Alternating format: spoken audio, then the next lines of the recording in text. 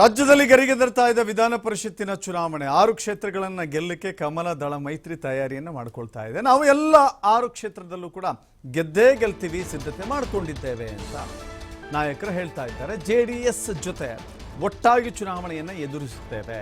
ಈ ದಿಸೆಯಲ್ಲಿ ಬಿಜೆಪಿ ಮತ್ತು ಜೆಡಿಎಸ್ ಸಮನ್ವಯ ಸಭೆ ನಡೀತಾ ಇದೆ. ಮೈಸೂರಿನಲ್ಲಿ ಬಿಜೆಪಿಯ ರಾಜ್ಯಾಧ್ಯಕ್ಷ ವಿಜಯೇಂದ್ರ ಈ ಹೇಳಿಕೆಯನ್ನು ಕೊಟ್ಟಿದ್ದಾರೆ.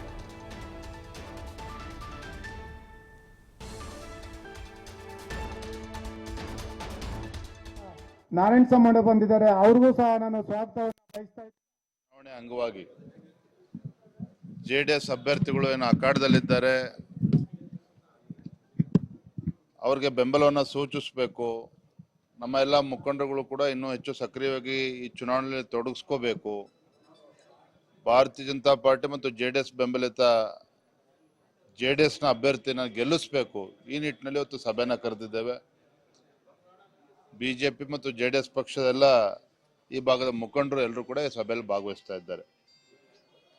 ತಮಗೆ ತಿಳಿದಿರೋ ಹಾಗೆ ರಾಜ್ಯದಲ್ಲಿ ನಡೀತಾ ಇರತಕ್ಕಂಥ ಒಂದು ಪದವೀಧರ ಮತ್ತು ಶಿಕ್ಷಕರ ಒಂದು ಚುನಾವಣೆ ಬಿಜೆಪಿ ಮತ್ತು ಜೆಡಿಎಸ್ ಒಟ್ಟಾಗಿ ಈ ಚುನಾವಣೆಯನ್ನು ಕೂಡ ಎದುರಿಸ್ತಾ ಇರ್ತಕ್ಕಂಥ ಈ ಸಂದರ್ಭದಲ್ಲಿ ಎಲ್ಲ 6 ಕ್ಷೇತ್ರಗಳಲ್ಲಿ ನಾವು ಗೆಲ್ಲಬೇಕು. ಈ ನಿಟ್ಟಿನಲ್ಲಿ ನಾವು ಇವತ್ತು ಈ ಕಾರ್ಯಕ್ರಮನ ಆಯೋಜನೆ ಮಾಡಲಾಗಿದೆ. ಈ ಭಾಗದ